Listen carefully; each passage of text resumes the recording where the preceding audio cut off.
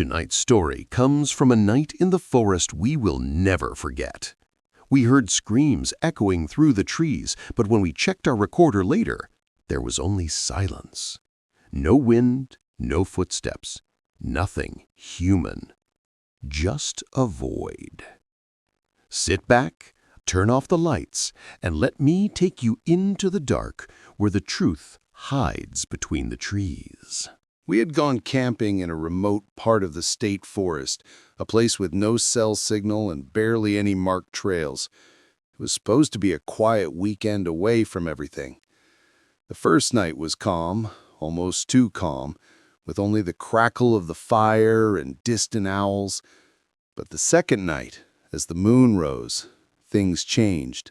Around midnight, we heard it. Sharp, sudden, unmistakably human screams. Not just one, but several, overlapping like a chorus of panic. They came from deep within the trees. We froze, staring into the darkness, the firelight trembling across our faces. It didn't sound like an animal. It didn't sound like a prank. It sounded real. My friend Jason grabbed the recorder we had brought to document wildlife. "If someone's hurt, we need proof," he whispered. I wasn't sure if proof was what we needed, but fear kept me from arguing. We walked toward the noise, our flashlights cutting thin tunnels through the forest, every step crunching louder than it should. But the screams stopped all at once. No fade out, no struggle. Just silence, like someone muted the world. Jason kept recording, panning the mic slowly. I scanned the trees, expecting to see a figure stumble out. Instead, a cold breeze swept past us, and the forest seemed to pull tighter around our path. We pushed forward until we reached a small clearing. The moonlight exposed dead leaves and broken branches, but no signs of anyone. Jason played back the audio immediately. I expected at least a faint echo, a distant cry. But there was nothing. Not even our own footsteps. It was as if the recorder had captured a vacuum. "It malfunctioned," Jason insisted, tapping it. But the device was new, fully charged, and had worked perfectly earlier. The forest around us stayed painfully quiet. Even the insects seemed to hold their breath. Something in that clearing felt wrong, like we had stepped somewhere we weren't supposed to be. As we turned to head back, a low hum vibrated through the air. It wasn't mechanical or natural. It felt like it pressed into our skulls. I gripped my flashlight tighter as shadows bent oddly around the trees. Jason kept recording, hoping to catch anything. But the hum disappeared the moment we noticed it. Back at camp, we replayed the footage again. Silence. No hum, no forest ambience, not even the sound of us talking. Every memory we had of walking, breathing, and reacting was wiped clean. "This isn't possible," Jason muttered. But the longer we stared at the empty waveform, the more dread pooled in my stomach. We tried recording again, just us at camp, speaking directly into the mic. When we replayed it, the audio finally worked. Our voices came through clearly. But when we stepped a few meters toward the trees and recorded again, the playback turned silent once more. The forest was swallowing sound. Deciding to test it further, we set the recorder on a stump at the edge of the woods and clapped loudly. Silence on playback. Then we spoke our names, shouted random words, even laughed nervously. Still nothing. It became clear that the forest didn't want to be heard, or wanted to decide what could be. That night, I barely slept. Every time I closed my eyes, I pictured the clearing, the way the shadows folded inward, the vanishing screams. Jason eventually gave up trying to sleep and kept fiddling with the recorder. Around 3 a.m., he shook me awake. "You need to hear this," he whispered. He had left the recorder running during the night. Now, on the playback, faint rustling filled the background, followed by whispers. Not our voices, not human voices. Something soft and layered, like dozens speaking at once in a language too old or too broken to decipher. The sound made my skin crawl. We sat frozen as the whispers grew louder, then abruptly stopped. The file ended there. Jason's hands shook as he rewound it. "We didn't hear any of that," he said. He was right. The night had been quiet, too quiet. Whatever was whispering had spoken only to the recorder. At dawn, we decided to leave. No debate. We packed fast, avoiding the tree line. But as we disassembled the tent, the screams returned, distant but clearer than before. This time they rose and fell rhythmically, like something calling out in patterns. We didn't investigate. We ran to the car. Even once we reached the road, the screams echoed faintly behind us. Only when we were miles away did they finally fade. Jason replayed the reporting from that morning, hoping to prove we weren't imagining things. But once again, the file was perfectly silent. For the next week, strange things kept happening. Jason's phone would turn on by itself, showing the audio app as if something tried to record. At night, I dreamed of the clearing, the shadows bending inward, the whispers threading through the leaves.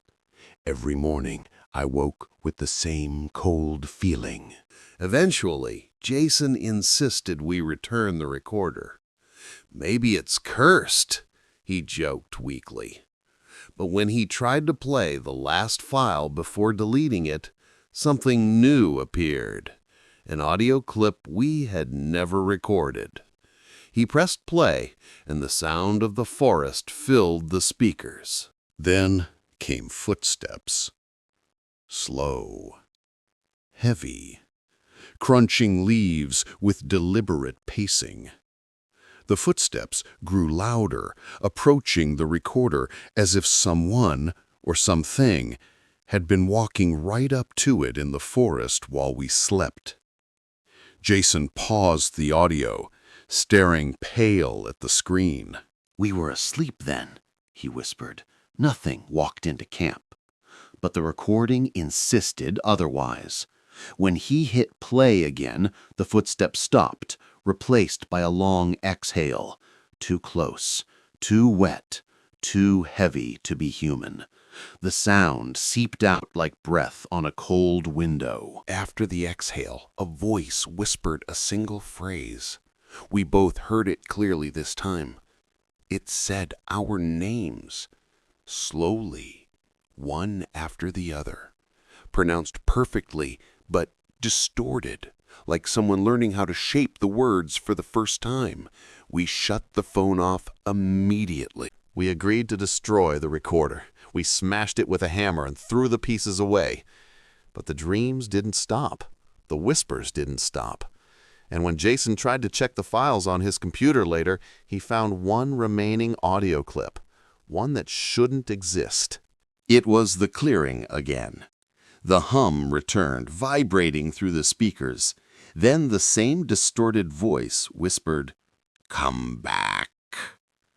The message repeated 3 times, the tone growing more insistent. Jason slammed his laptop shut and refused to open it again. A few days later, he disappeared. His car was found parked at the forest entrance. His phone lay on the passenger seat, screen cracked. The only thing missing was Jason. Search teams combed the forest for days, but they found no signs of him. No tracks, no belongings, nothing. The police questioned me, but I couldn't explain anything without sounding insane.